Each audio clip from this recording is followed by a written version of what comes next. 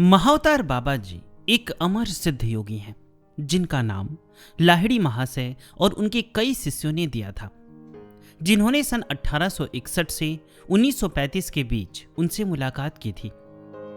इनमें से कुछ मुलाकातों का वर्णन परमहंस योगानंद जी की पुस्तक योगी कथामृत में आपने पढ़ा होगा, जिसमें योगानंद जी की स्वयं बाबा जी से हुई भेंट का विवरण भी शामिल है। इसके अलावा श्री युक्तेश्वर गिरि जी ने भी अपनी पुस्तक द होली साइंस यानी कैवल्य दर्शनम में बाबा जी से अपनी स्वयं की मुलाकात के बारे में लिखा है।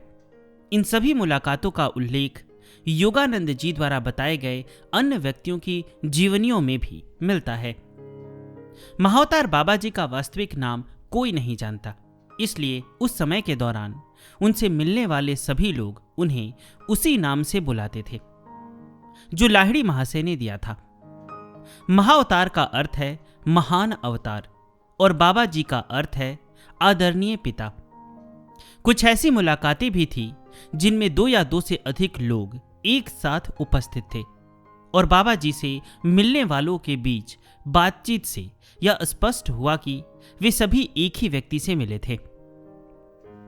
महाअवतार बाबा जी के बचपन से संबंधित जानकारियां बहुत कम उपलब्ध है। एक प्रमुख स्रोत मार्शल गोविंदन द्वारा लिखी गई किताब बाबा जी एंड द 18 सिद्धा क्रिया योगा ट्रेडिशन है। गोविंदन के अनुसार बाबा जी का जन्म नाम नागराज था, जिसका अर्थ होता है सर्पों का राजा। वीटी नीलकंठन और SAA रामैया ने 17 अक्टूबर 1952 को उनके अनुसार बाबा जी के आदेश पर एक संगठन क्रिया बाबा जी संघ की स्थापना की, जो बाबा जी के क्रिया योग की शिक्षा को समर्पित था। उन्होंने दावा किया है कि 1953 में स्वयं महाअवतार बाबा जी ने उन्हें बताया कि उनका जन्म 30 नवंबर 203 ईस्वी को तमिलनाडु के एक छोटे से तटीय गांव, जो अब परंगीपेट्टे नाम से जाना जाता है, में हुआ था। क्रिया बाबा जी संघ तथा उससे जुड़े संगठन बाबा जी के जन्म स्थान और जन्म तिथि के इसी विवरण को स्वीकार करते हैं। उनका जन्म नाम नागराजन था और वह महान सिद्ध बोगर के शिष्य थे। परमहंस योगानंद जी ने अपनी प्रसिद्ध पुस्तक ऑटोबायोग्राफी ऑफ अ योगी में लाहिड़ी महाशय और श्री युक्तेश्वर गिरि जी के संदर्भ में महाअवतार बाबा जी का कई बार उल्लेख किया है। इनके अलावा भी अनेक संतों ने बाबा जी का उल्लेख किया है। बाबा जी को महाअवतार माना गया है, जिसका अर्थ है कि न ही उनका जन्म माना जाता है और न ही मृत्यु। मार्शल गोविंदन के अनुसार बाबा जी नागराज के पिता गांव के मंदिर के पुजारी थे। बाबा जी ने अपने शिष्यों को अपने जीवन के केवल उन प्रसंगों के बारे में बताया जिन्हें वे आध्यात्मिक और प्रेरणादायक मानते थे। गोविंदन ने अपनी किताब में एक घटना का वर्णन किया है। एक बार नागराज की मां ने परिवार के लिए एक दुर्लभ कटहल प्राप्त किया और उसे एक तरफ रख दिया। उस समय नागराज केवल 4 वर्ष के थे। जब उनकी मां पास में नहीं थी तो उन्होंने वह पूरा कटहल खा लिया। मां को यह पता चला तो वह बहुत क्रोधित हुई और उन्होंने गुस्से में एक कपड़ा नागराज के मुंह में ठूस दिया, जिससे वह लगभग दम घुटने की स्थिति में पहुंच गए, पर वह बच गए। बाद में नागराज ने ईश्वर का धन्यवाद किया कि इस घटना से उन्हें सीख मिली कि अपनी मां से प्रेम तो करना चाहिए, लेकिन बिना किसी आसक्ति या भ्रम के। इस प्रकार उनका अपनी मां के प्रति प्रेम निस्वार्थ और आसक्ति रहित हो गया। जब नागराज करीब 5 वर्ष के थे, किसी ने उन्हें अगवा करके कलकत्ता में एक दास के रूप में बेच दिया।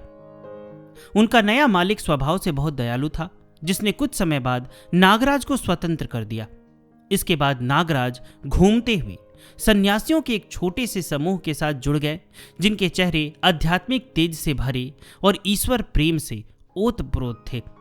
अगले कुछ वर्षों तक नागराज जगह जगह घूमते रहे और वेद, उपनिषद, महाभारत, रामायण और भगवद गीता जैसे पवित्र ग्रंथों का अध्ययन करते रहे।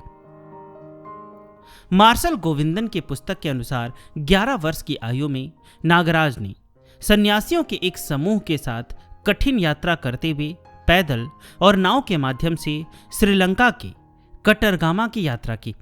वहां नागराज की भेंट महान सिद्ध भोगरनाथ से हुई और वे उनके शिष्य बन गए। नागराज ने भोगरनाथ के मार्गदर्शन में लंबे समय तक गहन योग साधना की। भोगरनाथ ने नागराज को सुझाव दिया कि वे सिद्ध अगस्त से क्रिया कुंडलिनी प्राणायाम की दीक्षा ले। इसके बाद नागराज सिद्ध अगस्त के शिष्य बने और उन्हें क्रिया कुंडलिनी प्राणायाम के गुप्त रहस्यों में दीक्षित किया गया। इसके बाद नागराज ने उत्तर भारत में बद्रीनाथ धाम की लंबी तीर्थ यात्रा की, जहां उन्होंने सिद्ध अगस्त और सिद्ध भोगरनाथ द्वारा सिखाई गई यौगिक क्रियाओं का लगभग 1.5 वर्ष तक निरंतर अभ्यास किया। इस योग साधना के फलस्वरूप बाबा जी ने शीघ्र ही आत्म साक्षात्कार प्राप्त कर लिया। यह भी दावा किया जाता है कि ये जानकारियां स्वयं बाबा जी ने मद्रास विश्वविद्यालय में भूविज्ञान के एक युवा छात्र S.A.A. रमैया तथा प्रसिद्ध पत्रकार टी.वी. नीलकंठन, जो थियोसॉफिकल सोसाइटी के अध्यक्ष एनी बेसेंट तथा जिद्दू कृष्णमूर्ति के करीबी शिष्य भी थे, को प्रदान की थी। कहा जाता है कि सन 1942 में बाबा जी इन दोनों के सामने अलग अलग प्रकट हुए थे और फिर बाद में दोनों को एक साथ जोड़कर उन्होंने अपने मिशन के लिए कार्य करने हेतु प्रेरित किया। बाबा जी से मुलाकातों के विवरण 1861 से 1966 तक के काल में उपलब्ध है। लाहिड़ी महाशय के अनेक शिष्यों ने भी महाअवतार बाबा जी से मिलने की बात कही।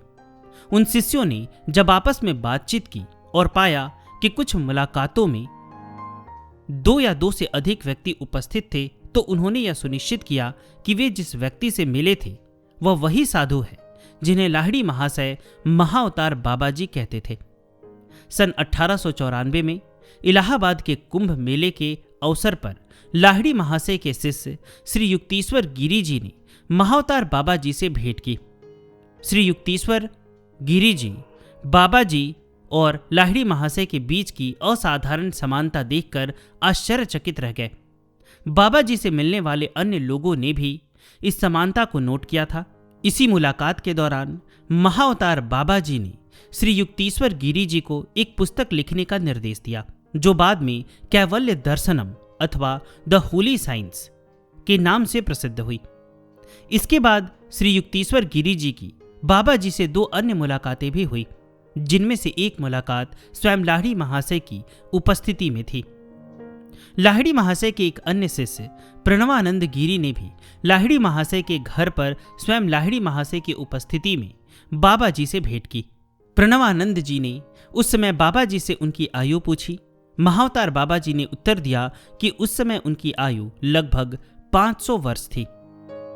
लाहिड़ी महाशय के एक अन्य शिष्य केशवानंद ने सन 1935 के आसपास बद्रीनाथ के निकट पहाड़ों में बाबा जी से मिलने की घटना का उल्लेख किया।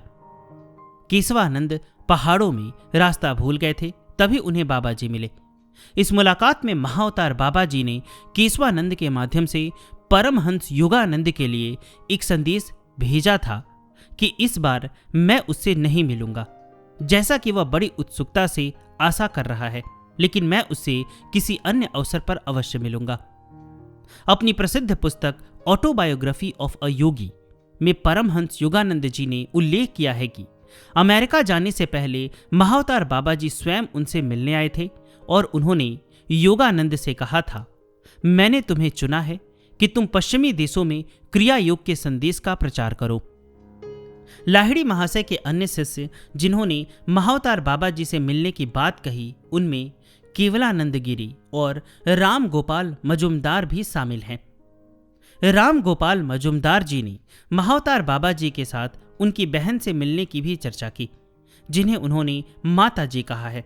इसके अतिरिक्त तैलंग स्वामी की शिष्या श्री शंकरी माई जीव ने भी लाहिड़ी महाशय के यहाँ आते समय महाअवतार बाबा जी से भेंट की थी। लाहिड़ी महाशय के शिष्यों ने बाबा जी के बारे में असाधारण आयु और अद्भुत शक्तियों की कथाएं कही हैं। इन कहानियों के कारण कुछ लोग बाबा जी को केवल एक पौराणिक या काल्पनिक व्यक्ति मानते हैं। हालांकि 1861 से लेकर 1935 के बीच अनेक लोगों द्वारा देखे जाने के कारण अनेक लोग बाबा जी को वास्तविक संत ही मानते हैं। इसके अतिरिक्त बाबा जी को आयुहीन या अमर भी कहा गया है।